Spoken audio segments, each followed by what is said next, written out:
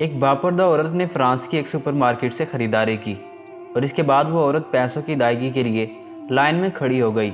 اپنی باری آنے پر وہ چیک آؤٹ کاؤنٹر پر آئی جہاں اسے رقم ادا کرنی تھی۔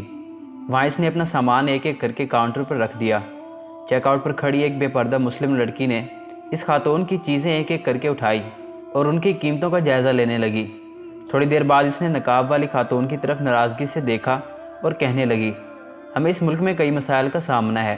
ان مسائل میں ایک مسئلہ تمہارا نقاب ہے۔ ہم یہاں تجارت کرنے کے لیے آئے ہیں، نہ کہ اپنا دین اور تاریخ دکھانے کے لیے۔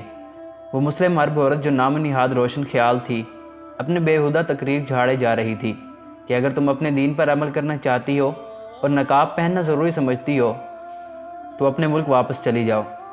وہاں جو تمہارا دل چاہے کر سکتی ہو۔ وہاں نقاب پہنو، برقع پہنو، جو چاہے کرو، مگر یہاں رہ کر ہم لوگوں کے لیے مسائل پیدا مت کرو۔ نقاب پہننے والی خاتون مسلم عورت کے منہ سے نکلنے والی الفاظ پر دم بخود ہو کر رہ گئی۔ اپنے سامان کو بیگ میں رکھتے ہوئے اس کے ہاتھ رک گئے اور اچانک اس نے اپنے چہرے سے نقاب الٹ دیا۔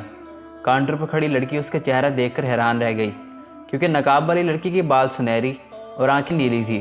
اس نے کاؤنٹر والی لڑکی سے کہا، میں فرانسی ہوں، نہ کہ عرب مہاجر۔ یہ میرا ملک ہے، میں مسلمان ہوں، اسلام میرا دین ہے۔ یہ نسلی دین نہیں ہے کہ تم اس کی مالک ہو۔ یہ میرا دین ہے اور میرا اسلام مجھے یہی سبق دیتا ہے جو میں کر رہی ہوں۔ میرا دین مجھے پردے کا حکم دیتا ہے کہ تم نسلی مسلمان ہو کر ہمارے یہاں کے غیر مسلموں کے مرعوب ہو، دنیا کے خاطر خوف میں مبتلا ہو۔